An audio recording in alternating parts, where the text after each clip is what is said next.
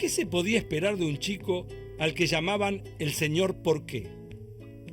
Un espíritu inquieto seguramente, pero Kurt Gödel fue algo más que eso, porque su naturaleza no solo lo obligaba a preguntar constantemente a los demás, sino que, fundamentalmente, Gödel se preguntó mucho a sí mismo. Ese camino, el de la reflexión introspectiva, fue el que promovió durante toda su vida para alcanzar el conocimiento. Y fue el que lo llevó a transformar radicalmente la lógica matemática e incluso cuestionar la teoría de la relatividad de Einstein, con quien mantuvo legendarias charlas sobre matemática y física. Gödel era uno de los pocos a los que Einstein consideraba un par. Todo cayó bajo su análisis, incluso la Constitución norteamericana, a la que estudió en detalle para afrontar su examen de nacionalización, y en la que encontró una inconsistencia lógica por la que se podía instaurar una dictadura en los Estados Unidos. Gödel fue un pensador extraordinario, cuya vida estuvo signada por las tensiones entre su racionalidad científica y la inestabilidad emocional que lo condujo a la muerte por inanición en el año 1978, ya que había dejado de alimentarse por temor a los envenenamientos. Pero prefiero quedarme con la mejor imagen de Gödel, la que llevó a Einstein a decir en sus últimos años que solo iba al instituto para gozar del privilegio de caminar de regreso a su casa conversando con él, con Kurt Gödel.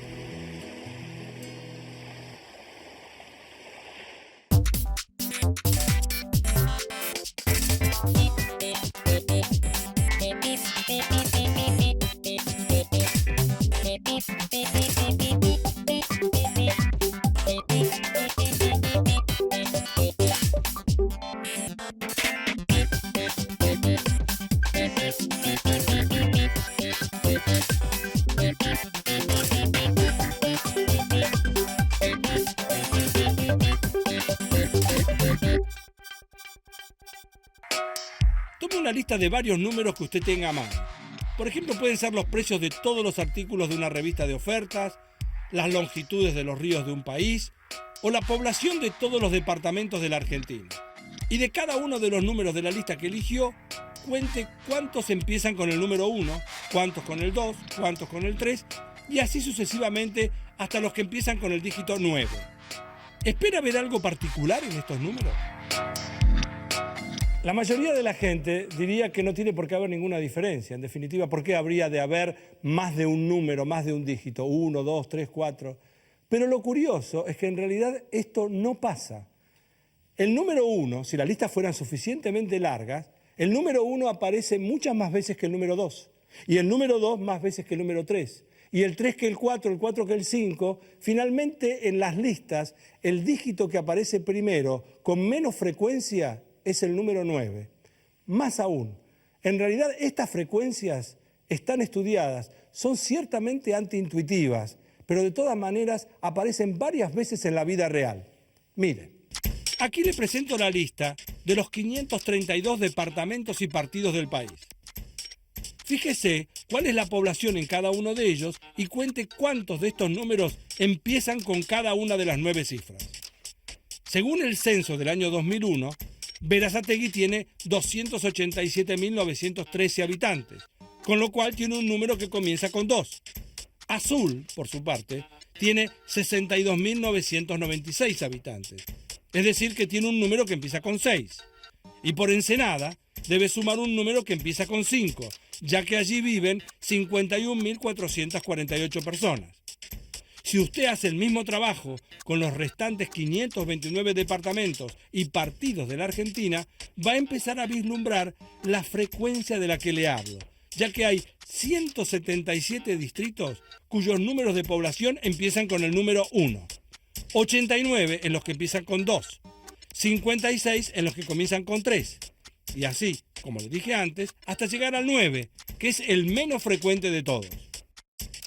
Y si ahora se calculan los porcentajes de poblaciones que empiezan con cada una de las cifras, se obtienen resultados asombrosamente parecidos a los esperados según la ley del primer dígito, que también se conoce con el nombre de Ley de Benford. La pregunta que uno se hace es, ¿cómo se le ocurrió a alguien esto? ¿Cómo se dio cuenta de que iba a pasar esto que terminó siendo la ley de Benford. Y de hecho, fíjense qué curioso, porque la historia es interesantísima. Había un bibliotecario en el año 1881 que se llamaba Simon Newcomb. Él estaba en la biblioteca y en la época que no había ni calculadoras ni computadoras, la gente que tenía que hacer cálculos utilizaba las tablas de logaritmos que estaban en los libros. Entonces iba y consultaba esas tablas. Él se dio cuenta, cuando la gente devolvía los libros, que las páginas que empezaban con el número 1 eran más usadas, estaban más gastadas que las páginas que empezaban con el número 2, o las páginas que empezaban con el número 3, y las del número 3 más que las que empezaban con el número 4, a tal punto que las que empezaban con el número 9 eran las menos visitadas de todos. Y entonces sospechó que algo pasaba, pero al final lo abandonó. Y lo retoma esto en el año 1938 un ingeniero de la General Electric, Frank Bedford. Y Frank Bedford justamente es el que empieza a sospechar que hay una ley, y por lo tanto ahora esa ley se llama la ley de Benford, y es el que empieza a juntar datos. Tantos datos junta que junta 20.229 números y los saca de distintos lugares. Los saca, por ejemplo, de constantes y magnitudes físicas, de estadísticas de béisbol, de las longitudes de los ríos, hasta de algunas tapas de revista. El hecho es que él empieza a consultar en distintos lugares y advierte que lo que él sospechaba en un principio empieza a confirmarse cada vez más. Benford comprobó que la probabilidad de que el primer dígito de un número en una serie de muchos datos sea 1 es del 30,1% y que luego la frecuencia decrece hasta llegar al 9. Vea si la frecuencia se repite con otro ejemplo. Tomemos ahora a las 500 empresas agrupadas en el índice Standard & Poor's 500, uno de los índices bursátiles más importantes del mundo. Y vamos a observar los valores del mercado de cada una de estas empresas en un día específico cualquiera. Por ejemplo, el 28 de octubre del 2008. Ese día, la empresa de mayor capitalización del mercado fue la Exxon, con un valor de 343.200 millones de dólares. Pero a usted y a mí, lo que nos importa es que empieza con un número 3. A la Exxon la sigue Walmart, con 195.400 millones, es decir, que corresponde a una marca en la columna de los números que empiezan con un número 1. Y después aparece Microsoft con 193.380 millones, otra más para el grupo de los unos. Ahórrese el trabajo de revisar los 497 valores restantes. Ya lo hicimos nosotros, y por supuesto que usted se imagina lo que va a pasar. El cuadro de las 500 empresas distribuidas según la cifra inicial de su capitalización al día 28 de octubre del año 2008 y el posterior cálculo de los porcentajes da, de nuevo, números similares a los propuestos por Benford. Esta ley, la ley de Benford, no se aplica en todos los casos. Es decir, por ejemplo, en la lotería, donde están todos los números, obviamente eso no va a aparecer. O en los números de teléfono, y ni hablar, por ejemplo, ahora que agregaron el número 4 al principio, como para que haya ahora 8 dígitos en lugar de 7. De todas maneras, hay una utilización muy particular y que ha dado muchos frutos y es la siguiente. Se le ocurrió a un contador y matemático que se llamaba Mark Nigrini. Y a él se le ocurrió que si uno hiciera un estudio sobre las declaraciones de impuestos de las personas, si a alguien se le ocurriera evadir impuestos, inventaría ciertos números, ciertamente. Y al inventarlos, para poder seguir la ley de Benford, tendría que hacerlo de manera tal que los números que empiecen y está fraguando con el número 1, que empiezan con un 1, tienen que tener una frecuencia mayor que los que empiezan con 2, y las del 2 con respecto al 3, 3 con respecto al 4, etc. Esto ha permitido entonces, obviamente no acusar a nadie, pero sí en todo caso amerita a que los gobiernos manden a hacer algunas auditorías frente a las declaraciones de impuestos de algunas personas. De hecho, esto fue utilizado cuando dejó de ser presidente en los Estados Unidos Bill Clinton. El gobierno norteamericano fue a revisar los números de Bill Clinton de las declaraciones de él y si bien había algunos redondeos que eran un poco sospechosos, en general daba todo bien. Yo quiero dejarlos ahora con una tarea para el hogar. Hagan en todo caso el siguiente ejercicio. Vayan a un supermercado cualquiera y anoten los precios de la mercadería que ustedes ven allí. Y fíjense si efectivamente cumplen o no, tienen que ser suficientes, más de 100 en principio, como para saber si cumplen o no con la ley de Benford. Quiero invitarlo a pensar lo siguiente. En mi billetera yo tengo 66 pesos, recién lo conté, en billetes de 2 y de 5. También conté el número de billetes y me da 18. ¿Se anima a pensar cuántos hay de 2 y cuántos de 5?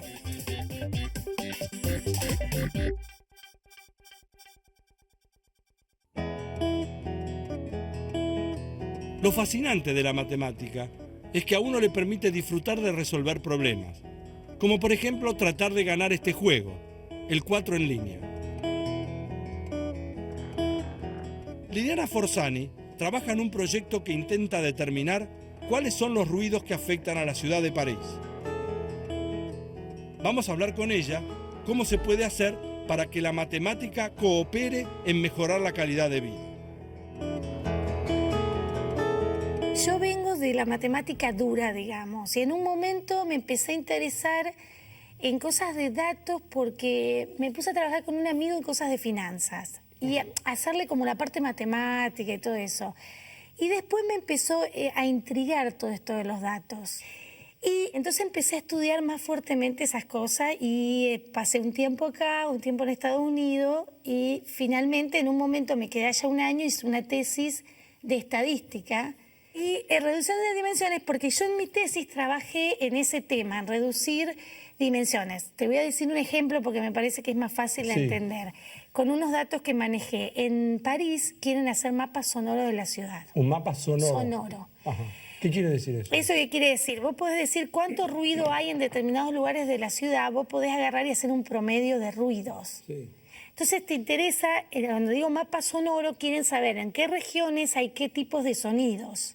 Estos sonidos que tienen saben de dónde vienen, ¿verdad? Entonces tienen un estudio previo de entrenamiento de datos donde ellos dicen, bueno, este sonido viene de un pajarito, este sonido viene de un...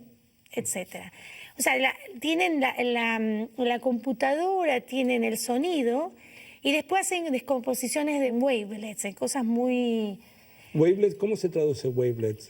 Ondas... Ibas a decir ondelets, ¿no? Ondelets, pero la gente lo conoce, me parece, como acá como wavelets. wavelets.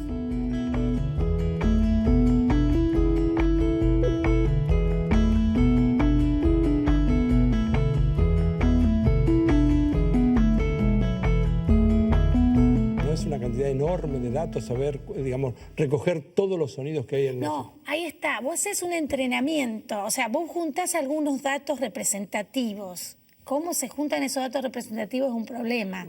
Pero supongamos que vos tengas algunos datos, que yo te digo, una muestra de entrenamiento, donde vos sabés cada dato de dónde viene. Con eso aprendés a diferenciarlos. Entonces, la próxima vez que venga un sonido nuevo que vos no sabés nada, se lo pones en la máquina y si vos le enseñaste bien, la máquina te va a decir, ah, esto es un pajarito. ¿Qué quiere hacer el municipio de París con eso? Me parece que es una cuestión más urbana, de querer saber, bueno, en estas zonas hay este tipo de ruidos, en estas zonas hay este tipo de ruidos. Me parece que quieren bajar los ruidos en determinados lugares. ¿Y dónde apareces vos? ¿Dónde aparece la matemática? ¿Dónde aparecerías vos para hacer algo que les haga hacer algo mejor o más rápido, me imagino? Bueno, o sea, ellos tienen los sonidos y hacen las descomposiciones y ahora necesitan... O sea, ahora por cada sonido tienen un montón de números. Este es un sonido que yo sé de pajarito, tienen 50 números. Este es un sonido de auto, otros 50 números. Y ahí viene la cuestión que 50 números son muchos. O sea, es como que es muy difícil mirarlos, digamos. Uno no lo mira, pero mirarlo y decir, ah, en esto se diferencian, ¿no? En el número 38, por decirte algo. Entonces el asunto es decidir qué parte no sacar, no excluir, y después de aquello que decidió quedarse, cómo reducirlo para tratar de tener la menor cantidad de datos que sea manejable. Claro, la menor cantidad de variables, y después tenés el método de cómo enseñarle a la computadora a discriminar, digamos, poblaciones. Pero nosotros estamos como en el medio, en esta cuestión de ver qué es lo que tenés que mirar para mirar menos y no tirar ninguna información.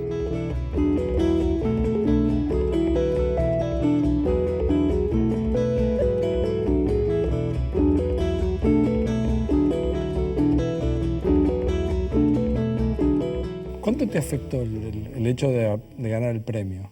¿Te lo esperabas? El premio L'Oréal, digo, ¿no? en realidad yo presenté los papeles para un proyecto. No sabía, la verdad que era muy ignorante de que no sabía lo que era un premio. Sabía que era un proyecto premio, pero no sabía que era un premio más que un proyecto. Con todo lo que significa tener un premio, el hecho de que se dé un premio a la mujer en la ciencia significa que todavía hay una distinción. Y a mí me parece que todavía, no quiero ponerme como, ay, las mujeres tenemos que, pero me parece que todavía hay cierta discriminación, no sé si discriminación, pero una diferenciación que me parece que está en la sociedad. Sí, claro que existe. No quiero ponerme la bandera de las mujeres, porque no es así. Me gustaría, como vos decís, que no existan más esos premios. No, que el premio si querés que exista, pero que no le pongamos el rótulo de la mujer en la ciencia. Aparte me encanta porque yo no había hablado de este tema con vos y tu cara denuncia que esto ha sido una discusión. Uy, no te imaginas. No me imagino. Porque... Sigamos jugando. Bueno.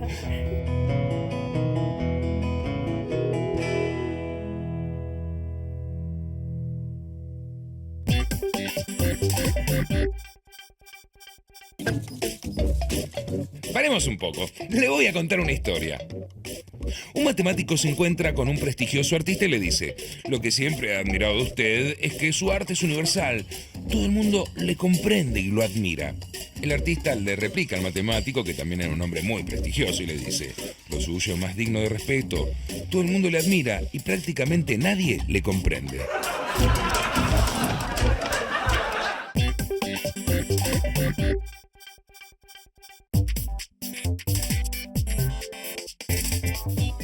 Les recuerdo que en mi billetera yo tenía 66 pesos, distribuidos en 18 billetes de 2 y de 5.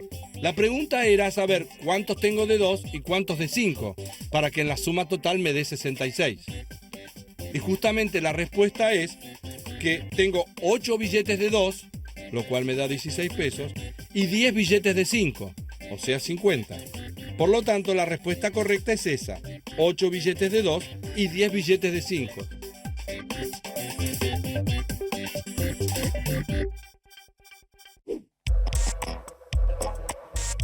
¿Tener o no tener?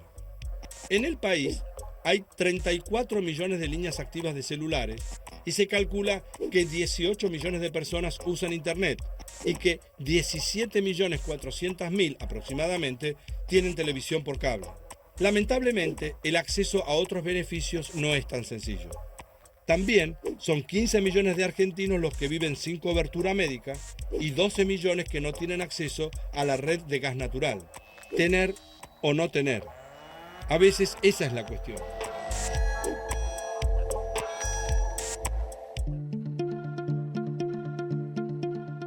La criptografía y la informática recorren un camino de la mano de la matemática.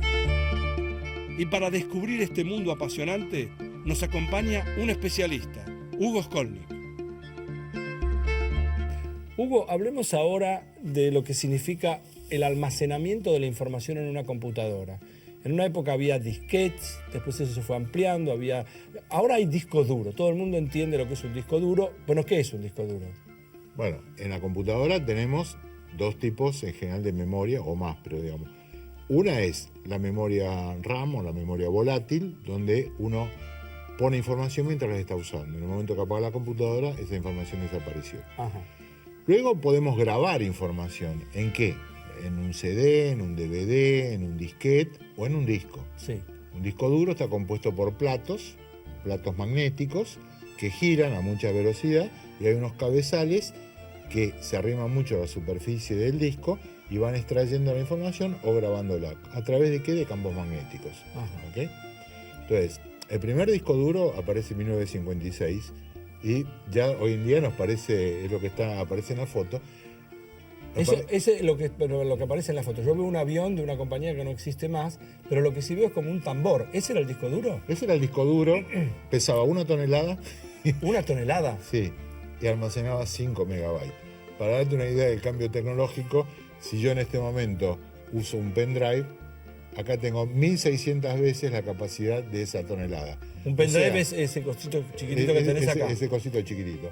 O sea, si yo en este momento quisiera almacenar la cantidad de información que entra aquí, usando la tecnología de 1956, necesitaría 1.600 toneladas. 1.600 toneladas. Ahora, ¿cuál fue la evolución? Porque esto me da la sensación, por lo que leo, que todos los años se va a duplicar la cantidad de información que uno puede guardar y el precio se reduce a la mitad. Bueno, el cambio obviamente es vertiginoso. Sí. No solo en la tecnología, digamos, más o menos convencional de los discos, sino que incluso hay gente que está fantaseando ya con cosas absolutamente increíbles. Por ejemplo, hay físicos que trabajan en lo siguiente. Cuando uno considera un electrón, tiene un sentido de giro.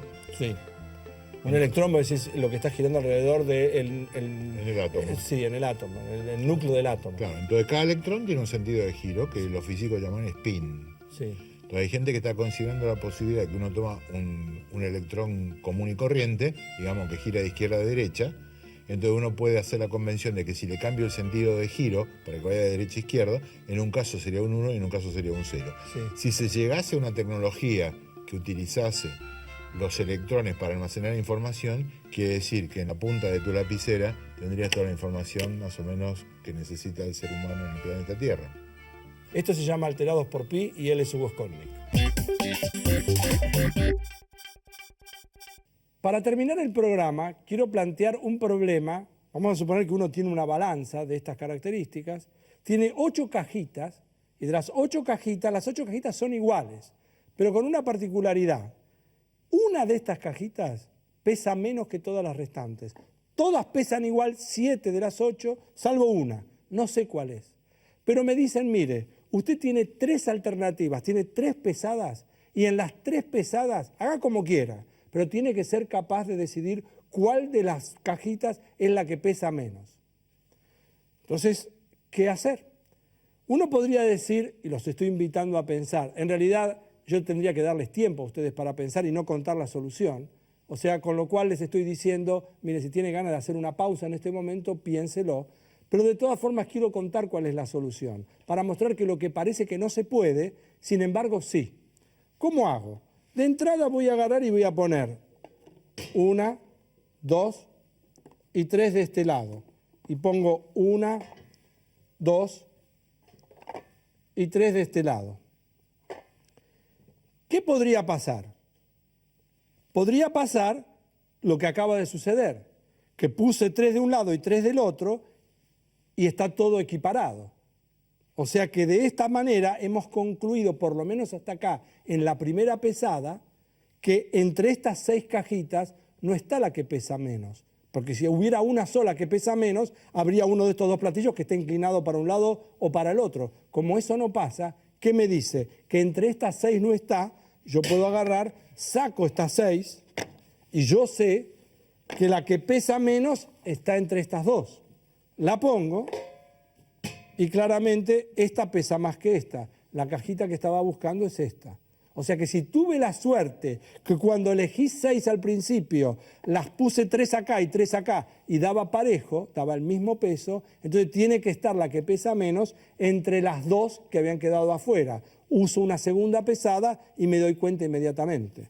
Eso pasó porque tuve suerte cuando elegí las 6. Ahora supongamos que no tengo suerte. Entonces pongo 1, 2 y 3 y ahora voy a usar, como la dejé de este lado, sé que está de este lado la que pesa menos. Al saber que la que pesa menos está, yo supongamos no sé nada, empiezo, pongo 3 de un lado y 3 del otro y me doy cuenta que de este lado, las 3 que pesan de este lado están llevando la balanza para abajo. Quiere decir que de las 3 que están de este lado, hay una que es la que pesa menos. O sea, la primera pesada me da el dato de que estas 3 pesan lo mismo y que una de estas 3 tiene que ser la más liviana. Pero usé una pesada. Ahora saco estas 3 y ¿qué tengo que hacer con estas? Ya las corro todas. Me queda por saber que entre estas 3 hay una de las 3 que es la que pesa menos. Entonces ahora, como yo ya sé que entre las 3 tiene que estar la que pesa menos, elijo 2 cualesquiera y las pongo acá arriba. Si la balanza está equiparada, o sea que no hay diferencia, gané. Sin tener que usar otra pesada, esta es la que pesa menos. Tuve suerte. Cuando elegí 2 de las 3 y puse una de cada lugar, justo pesaban lo mismo y la que quedó afuera es la que pesa menos. Si yo no hubiera tenido esa suerte y hubiera elegido esta, por ejemplo, junto con esta, ¿qué pasa? Esta es la que pesa más, me está indicando que esta es la que pesa menos. Es decir, finalmente, con 3 pesadas, uno puede resolver el problema. De hecho, muchas veces uno frente a un problema en la vida cree que no tiene los datos suficientes, que no va a alcanzar. Y quizás por pereza o porque en definitiva poco importa, uno abandona el problema. Este es un ejemplo más de que la matemática a uno lo educa. Es muy poco probable que uno tenga 3 pesadas en la vida con 8 cajitas y alguien le diga y lo combine, haga esto, porque si no, ¿qué? No, lo que uno está haciendo con esto es entrenar el cerebro. Uno se da cuenta que la matemática es algo lúdico, atractivo, divertido y que en definitiva nos enseña a pensar. Esto es Alterados por Pi.